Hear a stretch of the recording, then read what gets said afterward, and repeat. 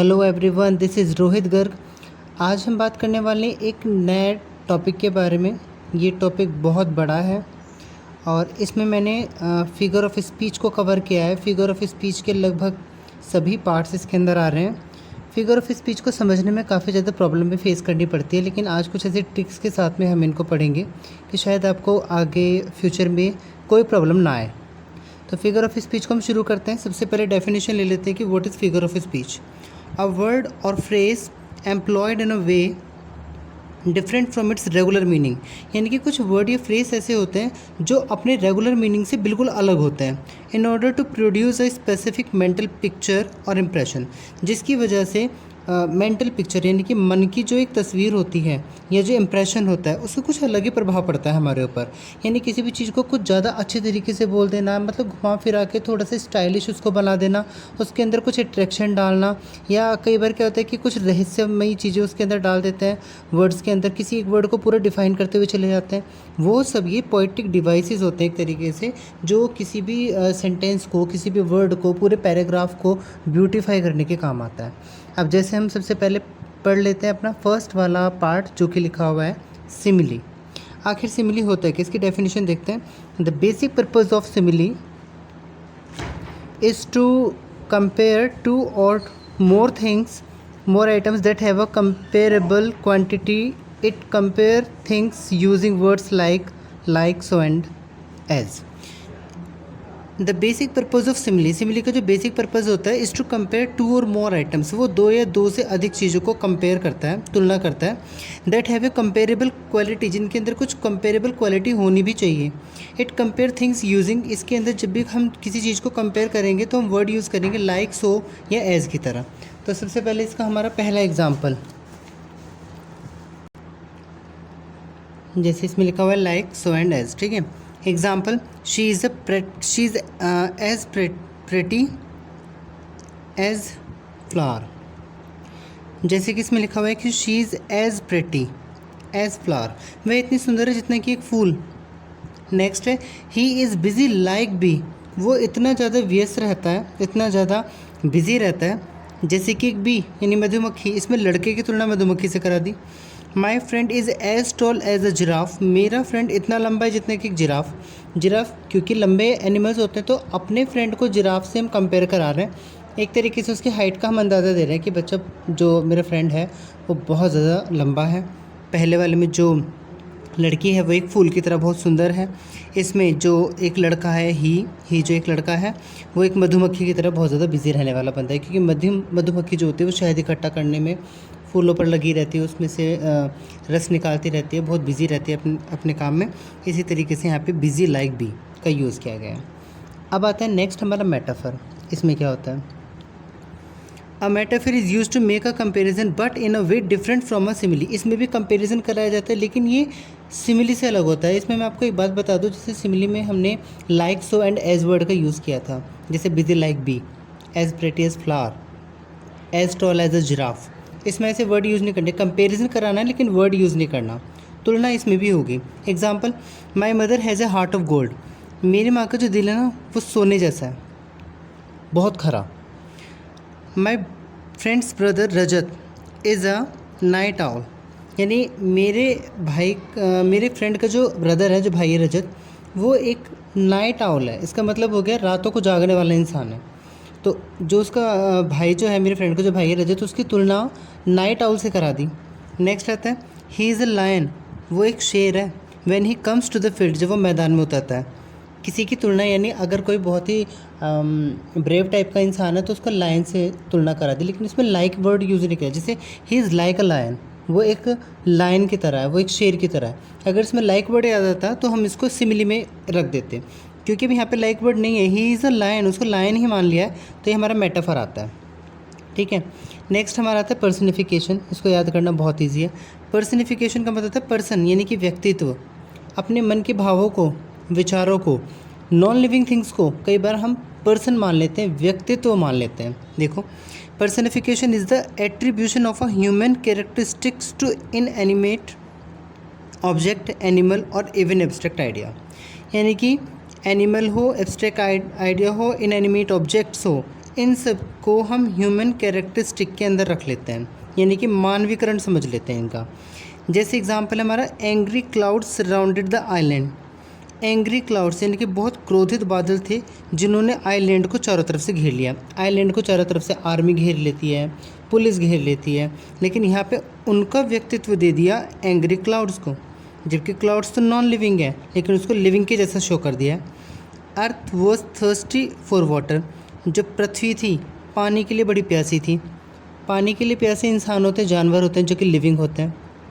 अर्थ को हम लिविंग की कैटेगरी में नहीं, ऑब्जेक्ट की कैटेगरी में मानते, लेकिन उसको यहाँ पर पुट किया गया है जैसे कि वो एक मानव हो, एक इंसान हो।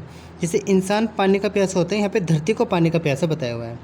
ऐसे ही और भी होता है, opportunity knocks at the door but once. जो अपॉर्चुनिटी होती है, जो अवसर होते हैं, वो दरवाजे पर दस्तक देते हैं लेकिन बस एक बार। तो इसमें जो अपॉर्चुनिटी दरवाजे पर दस्तक दे रही है, दरवाजे पर दस्तक देते हैं इंसान, तो इंसान की जगह अपॉर्चुनिटी यानी कि अवसर को रख दिया। तो किसी भी थिंग को, किसी भी ऑब्जेक्ट को या अपने आइडियाज़ को जब हम मानवीकरण दे देते हैं, उनको हम इंसान मान लेते हैं, तो पर्सनिफिकेशन कहलाता है। इसके पर्सन नाम से पता चल रहा है, दैट इज़ वेरी इजी। अब नेक्स्ट देखते हैं। नेक्स्ट है हमारा एपोस्ट्रोफे। इसकी क्या डेफिनेशन होती है? Apostrophes are figurative languages devices that are employed to refer to represent absent or deceased individuals. यानी कि अगर कोई एब्सेंट है तो उसको भी डायरेक्टली एड्रेस किया जाता है इसमें।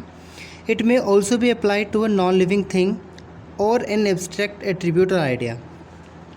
ये हम अप्लाई कर सकते हैं किसी नॉन लिविंग थिंग्स के लिए भी या अपने एब्स्ट्रैक्ट आइडियाज़ के लिए भी। जैसे O Romeo Romeo wherefore are the Romeo, या twinkle twinkle little star how I wonder what you are. तो इसमें जो चीज़ें हैं वो एब्सेंट है, एब्सेंट होने के बाद भी हम उनको पुकारते हैं, ठीक है। इसको हम बोलते हैं एपोस्ट्रोफी। नेक्स्ट हमारा आता है, अच्छा इसमें आपको वर्ड्स मिलेंगे जैसे twinkle twinkle little star how I wonder what you are. तो इसमें किसी ऐसी चीज़ को पुकारा जाता है जो कि एक्चुअली में नहीं है या एब्सेंट है। मोस्टली जब हमें देखने के लिए मिलता है कि बहुत सारे सेंटेंस दिए हुए हैं, उनमें पूछ रखा है कि एपोस्ट्रोफी कौन है, तो मोस्टली जो ओ से शुरू होते हैं ना, जिसमें हम किसी को आवाज़ लगा रहे होते हैं, वो एपोस्ट्रोफी का साइन होता है। इसके बाद है ऑक्सीमोरन। ऑक्सीमोरन को मैंने एक्स से याद किया हुआ था। एक्स का मतलब होता है कट। कट का मतलब क्या हो गया कि इसमें दो आइडियाज़ होते हैं, दोनों आइडियाज़ के दो वर्ड्स होते हैं, दो फ्रेज होते हैं, और वो एक दूसरे को अपोज करते हैं, बिल्कुल एक दूसरे के अपोजिट होते हैं, लेकिन मीनिंग बहुत अच्छा दे रखा होता है। जैसे when two words are combined in a statement but appears to be at odds, लेकिन बिल्कुल ओड्स होते, विपरीत होते, विन वन अनदर, एक दूसरे के, the statement is considered as oxymoron. जैसे life is bittersweet. Life बहुत एकदम मीठी इतनी है जितना कि कड़वापन होता है। कड़वापन बहुत पूरे मुंह को कड़वा कर देता है ना, ऐसी वो इतनी मीठी है। He is regularly irregular. वो आ ही नहीं रहा है, वो लंबे टाइम से स्कूल नहीं आ रहा है, यानी कि नियमित रूप से वो अनियमित है। जो बच्चा है वो, अगर हम इसको ऐसे नहीं कि क्लास के लिए हम बात कर रहे हैं, ही इज़ रेगुलरली, वो तो रेगुलरली इरेगुलर है, आ ही नहीं रहा है। तो ही इज़ रेगुलरली इरेगुलर का मतलब हो कि रेगुलर इरेगुलर दोनों अपोजिट थे, एक साथ रख दिया, लेकिन मीनिंग बड़ा अच्छा निकल के आया कि वो रेगुलर ही इरेगुलर है क्लास के अंदर। अब आते हैं हाइपरबल। हाइपरबल नाम से पता चल रहा है, हाइपर का मतलब होता है बहुत तेज, बल का मतलब होता है बोलना, बहुत ज़्यादा, बहुत किसी चीज़ को बढ़ा चढ़ा के बोल देना, या किसी चीज़ को बहुत ही इतना छोटा दिखा देना कि इतना छोटा वो होता ही नहीं है, बहुत मीन। तो किसी चीज़ को बहुत बड़ा दिखाना है, किसी चीज़ को बहुत छोटा दिखाना, जितने कि वो होते हैं उससे कहीं ज़्यादा, ये हमारा हाइपरबल कहलाता है। जैसे hyperbole is a figure of speech that uses an exaggerate or extravagant statement to create a strong emotional response. जैसे it has been ages since I have had a proper meal. एक अच्छा खाना खाए हुए मुझे तो ऐसा लगता है युगों हो गए। युगों का क्या मतलब? एक दिन, 2 दिन, एक हफ्ता, 1 महीना, साल भर, बस। लेकिन अच्छा मील खाए हुए युगों हो गए, इसका मतलब इसमें बहुत ज़्यादा बढ़ा चढ़ा के बात बोल दी। Usain Bolt runs faster than the wind. जो उसेन बोल्ट है वो हवा से भी तेज़ दौड़ता है। हाँ, वो तेज़ दौड़ते हैं, ये बात ठीक है, लेकिन हवा से तो तेज़ दौड़ते हैं। तो इसमें क्या किया गया, जो उसेन बोल्ट था उनके लिए बहुत ज़्यादा एक्स्ट्रा बोल दिया, मतलब उनकी तारीफ़ में कुछ ज़्यादा ही जब बोल देते हैं तो उसको हम हाइपरबल कहते हैं। कई बार आता है she shades ocean of tears, यानी कि उसने समुद्र आंसू बहा दिए। अगर कोई रोता है तो आंसू बहाता है, लेकिन समुद्रों आंसू बहा दिए तो इसमें समझ में आ जाता है कि हाँ भाई ये तो बढ़ा चढ़ा के बात बोल रहा है। कई बार क्लास में जब शोर हो जाता है तो क्या कहते हैं कि तुमने इतना शोर कर दिया कि क्लास सर के ऊपर उठा ली। हम जब किसी चीज़ को बहुत बड़ा चढ़ा के बोलते हैं तो हम हाइपर बल यूज़ कर रहे होते हैं, उसमें हमारा पोएटिक डिवाइस उस टाइम हाइपर बल होता है, ठीक है, जो हमारी फिगर ऑफ स्पीच होती है, सॉरी। नेक्स्ट हमारा आता है pun. Puns are frequently use in a play, ये लगभग एक प्ले यानी कि नाटक वगैरह में यूज़ होते हैं। वेयर ए वर्ड और phrase has more than one meaning, जिसमें किसी वर्ड का या फ्रेज का एक से ज़्यादा मीनिंग होते हैं। It is use to create humour. Puns are made by jokingly combining words with diverse meaning or with phrases that sounds similar but different definitions, यानी कि इनके डेफिनेशंस डिफरेंस हो सकती हैं। कई बार तो ऐसा लगता है ये जो पन होता है ना, ये इस तरीके से मतलब एक जोक सा निकल के आता है इसके अंदर से, जैसे हम जोकिंगली कोई बात कह देते हैं ना पहेली टाइप की और उसका जोक निकल के आता है, वो हमारा पन होता है। जैसे pun is just like a fun, आप इसको ऐसे आज कर सकते हैं। पहला ही इसका बहुत इंटरेस्टिंग है। A bicycle can't stand on it's on. अगर मैं तुम लोगों से पूछूं, आप लोगों से, कि एक जो बाइसिकल है, जो एक साइकिल है, वो अपने आप खड़ी नहीं हो सकती, क्यों? Because it is to tired, क्योंकि 2 टायर्स की होती है। अब जैसे कार ले लो, कार के 4 टायर होते हैं, अपने आप खड़ी हो जाती है वो, उसको स्टैंड नहीं लगाना पड़ता। ये बात सोचने में नहीं आती जब तक कि हम इस पूरे सेंटेंस को पढ़ ना लें। अगर हमने केवल इतना पढ़ा है, अब bicycle can't stand on it's on, बताओ क्यों? यानी कि एक साइकिल अपने आप खड़ी नहीं हो सकती, बताओ क्यों? क्योंकि इसके 2 टायर होते हैं। अगर इसके 3 टायर होते ऑटो रिक्शा की तरह, 4 टायर होते तो अपने आप ना खड़ी हो जाती। तो ये थोड़ा फन वाला होता है। Next, where do you find giant snail. लेकिन मैं इसको थोड़ा तेज पढ़ूँ, where do you find giant snails, तो ये हो गया on the ends of the giant's finger. जैसे मैंने एक बच्चे से पूछा कि बहुत बड़े बड़े स्नेल्स कहाँ मिलते हैं, बच्चे को सुनाई दिया where do you find giants nails, यानी कि राक्षसों के नेल्स कहाँ मिलते हैं। एस को उसने यहाँ लगा दिया। आंसर क्या देता है? जांट्स फिंगर्स, राक्षसों की उंगली पर ही तो मिलेंगे उनके नेल्स। क्वेश्चन क्या था कि बड़े बड़े स्नेल्स कहाँ मिलते हैं, मेरा क्वेश्चन ये था। अब आपको समझ में आ रहा है? तो ये पूरी तरीके से फ़नी होता है। पूछते क्या है और आंसर क्या निकल के आता है। कई बार तो बच्चे ये बोलेंगे कि राक्षसों के नाखून के बारे में बात करें तो राक्षसों के उंगलियों पर ही तो मिलेंगे, लेकिन अगर क्वेश्चन को ध्यान से पढ़ा जाए तो मैंने जांट अलग बोला है, स्नेल्स अलग बोला है। मुझे स्नेल्स के बारे में जानना था। क्लियर? एक और देखता हूँ, alliteration. Alliteration is the repetition of the letter और sounds at the beginning of 2 और मोर वर्ड्स, यानी कि 2 या 2 से ज़्यादा वर्ड्स के स्टार्टिंग में ही किसी वर्ड का, किसी लेटर का जब रिपीटिशन होता है तो उसको एलिट्रेशन कहते हैं। जैसे purple pandas painted portraits, PPPP हर वर्ड में। निक नीडेड न्यू नोटबुक्स, NNNN। ये जो बार बार एक ही लेटर का हर वर्ड के साथ रिपीटिशन हो रहा है, that is called alliteration. Easy. Next आता है ओनोमोशपिया। ओनोमोशपिया क्या होता है? Onomatopoeia is a term for when we use the words to describe one action by using the sounds associated with it. इसमें साउंड का खेल होता है। जिस किसी चीज़ के साथ हम साउंड को रिप्रेजेंट करते हैं, इट मीन्स हम ओनोमोशपिया का यूज़ कर रहे हैं। जैसे I could hear the leaves rustling, ये पत्तियों के सरसराने की आवाज़ होती है, रसलिंग। एंड द विंड होलिंग, और विंड के हॉल करने की आवाज़, यानी कि तेज तेज से चलने के बाद। तो विंड का हॉल करना और लीव्स का रसल करना, ये हमारे वर्ड्स यूज़ हो रहे हैं, साउंड को रिप्रोड्यूस कर रहे हैं, दैट इज़ ओनोमोशपिया। ठीक है। नेक्स्ट हमारा आता है एनाफोरा।